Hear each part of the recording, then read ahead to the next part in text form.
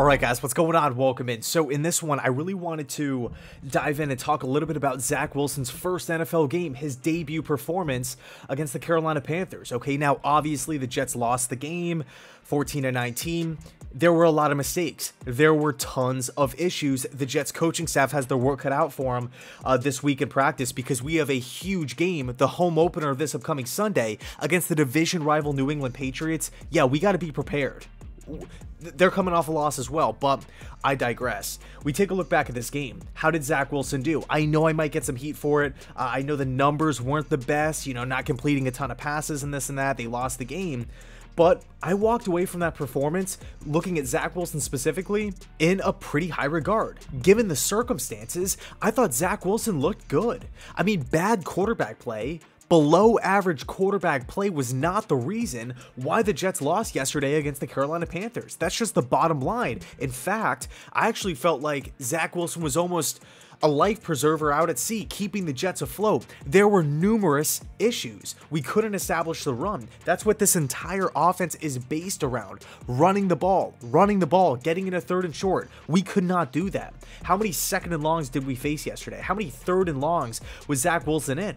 Not the most ideal situation for your brand new rookie quarterback making his first NFL start, albeit on the road. Okay, another issue that plagued this offense was the offensive line production. It was simply non-existent, and that goes hand in hand with establishing the run, but even in pass protection, it just wasn't there. Zach Wilson had no time to throw. He had no time to sit in the pocket. The offensive wall in front of him was constantly crumbling, and you have to credit Carolina. They went out, they executed, and they flew around the football field, but it still doesn't change the fact that if you can't run the ball effectively on first and second down, and that's really what the offense is spearheaded by, and you're in these third and longs, these obvious passing situations, and you have no time to throw the ball either, we can't expect the rookie quarterback to constantly move the chains, to constantly put points on the board. It's not an ideal situation, not in the least. We have to factor in the absences as well, the injuries. Jamison Crowder did not play. Keelan Cole did not play. Mekhi Becton had to leave the game early because of an injury. Thank God he's okay. We have to look at the dropped passes. Yesterday, I counted 5 dropped passes. If those 5 passes were caught, if half of them were caught, the stats would have looked better. I felt like all in all, the Jets, the offense in the first half was horrific. It was nightmarish. It was just unwatchable. But we made those halftime adjustments, and I felt like in the second half, the offense really started to find their identity, find that rhythm that they were looking for in the first half, and everything started to click. So even with all of these negative things impacting Zach Wilson's game, not having any prior experience, the dropped passes, the injuries, not establishing the run, the offensive line protection or lack thereof, even with all of these things going wrong left and right, we lose the game by 5 points. 5 points. You would think after looking how we looked in the first half, we would have lost by 3 touchdowns, but no, it literally came down to the last couple of possessions, last couple of minutes in the game. If the Jets would have stopped Carolina, Christian McCaffrey bounced it out to the outside, got that first down, that was game.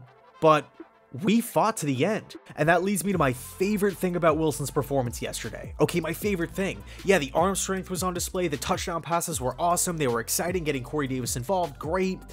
We even saw some mobility as well, but my favorite thing from Wilson's performance was his perseverance and toughness.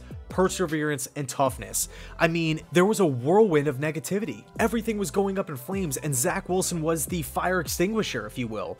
To see him not be overwhelmed, not be pointing fingers, not be freaking out on the sidelines, he was calm, he was collected, he kept his composure for all 4 quarters, even though everything was working against him and he was being sacked like crazy, he was being rushed like crazy. It seemed like Zach Wilson really gave the Jets a fighter's chance up until the end of the game. And look, it's a team game at the end of the day. It's not all because of Zach Wilson here. I mean, there were numerous players that looked really good. There were numerous players that stepped up. One of those being Matt Amendola on special teams. Great game. My hat goes off to Amendola. What a performance by him to step in, not only as just the kicker, but as the punter too on short notice. Crazy stuff there. But going back to Wilson, I was totally impressed. I'm walking away from that game thinking to myself, you know what? Zach Wilson held it down. I felt like he did everything in his power to keep the Jets in the game to the bitter end, and I'm not going to lie to you, I'm impressed. I'm impressed by Zach Wilson's debut performance. Let me know your thoughts down below in the comment section. Were you impressed? Were you hoping for more? I mean, obviously everybody's hoping for a win, but you know, it didn't play out that way. But when I look at Zach Wilson's performance as a solo act, I gotta tip my cap. I feel really, really good about the quarterback position for the rest of the season. Let me know your thoughts. Thanks so much for watching, and as always, go Jets.